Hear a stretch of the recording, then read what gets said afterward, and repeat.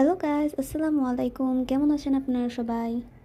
আজকে আমরা যাব আমাদের বাসায় নতুন একটা মেহমানকে আনতে। তাই সকালে নাস্তা সেরেই আমরা সবাই বের হয়ে পড়লাম। আমরা চলে আসলাম ভীষণ শোরুমে।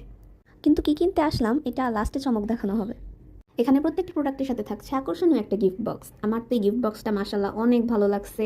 এই গিফট বক্সটা আমরা এখন আনবক্সিং করতেছি। গিফট বক্সটার নাম হলো ফুলঝুরি। নামটা আমার কাছে অনেক ভালো লাগছে। গিফট বক্সের ভিতরে অনেকগুলো ছোট ছোট গিফট ছিল, যেগুলো দেখতে অনেক কিউট ছিল আর প্রত্যেকটা গিফট অনেক ইউজফুল। যেমন এখানে বক্সটার ভিতরে কিছু ক্লিপ দেওয়া আছে। আমরা চিপস, চানাচুর, স্ন্যাক আইটেম প্রপারলি শেষ করতে না পারলে ওগুলো আটকায় রাখার জন্য এই ক্লিপগুলো অনেক ইউজফুল। এক্সট্রা করে আর কোনো বক্স লাগবে না এগুলোর জন্য। আর এগুলো দেখতেও অনেক কিউট। দেন এখানে আছে অনেক কিউট দুইটা আইসক্রিমের বক্স। এগুলো অনেক ইউজফুল, এগুলো আমাদের অনেক কাজে লাগবে। ছোটো ভাই বোন এগুলো দেখে অনেক পছন্দ করছে, তাদের কাছে অনেক ভালো লাগছে। পরে এখানে আছে ডিম রাখার কেস। এটা অনেক কাজের জিনিস। ফ্রিজের ভিতরে এক্সট্রা ডিম হইলে এগুলো তো আর কেসে রাখা যায় না, তখন এরকম বক্সে সেফলি রাখা যাবে। পরে এখানে দিছে মশলা রাখার জন্য সুন্দর একটা দানি। প্রত্যেকটা জিনিসেরই কালার কম্বিনেশন অনেক সুন্দর। দেন এখানে আছে একটা রুটির বক্স। প্রত্যেকটা জিনিসই অনেক সুন্দর লাগছে আমার কাছে।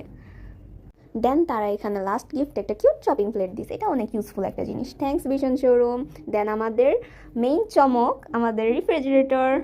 আমাদের কোরবানি ঈদ উপলক্ষে আমরা এটা কিনছি। আমার কাছে এটা দেখাই এত ভালো লাগছে, উপরের মার্বেল ওয়ার্কটা আর ভিতরের স্পেসও অনেকটা বেশি, ভিতরের গ্লাসগুলা।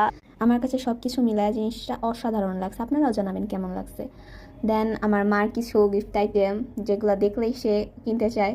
মায়েরা মনে হয় এমনই হয়, তারা অন্য কিছু থেকে তাদের সংসারের আইটেমগুলোই বেশি পছন্দ করে। আমার কাছেও এটা কালারটা অনেক সুন্দর লাগছে, এটা চয়েস করে দিছি আমি। আমার মা কিন্তু এই ননস্টিকের কুকওয়ারটা কেনার পরেও থাইমা থাকে নাই, সে আবার যে একটা ননস্টিকের ফ্রাই প্যানও কিনে নিয়ে আসছে। সো গাইস, আমি এখন বিদায় নিই আপনাদের কাছ থেকে। আবার দেখা হবে। আল্লাহ হাফেজ।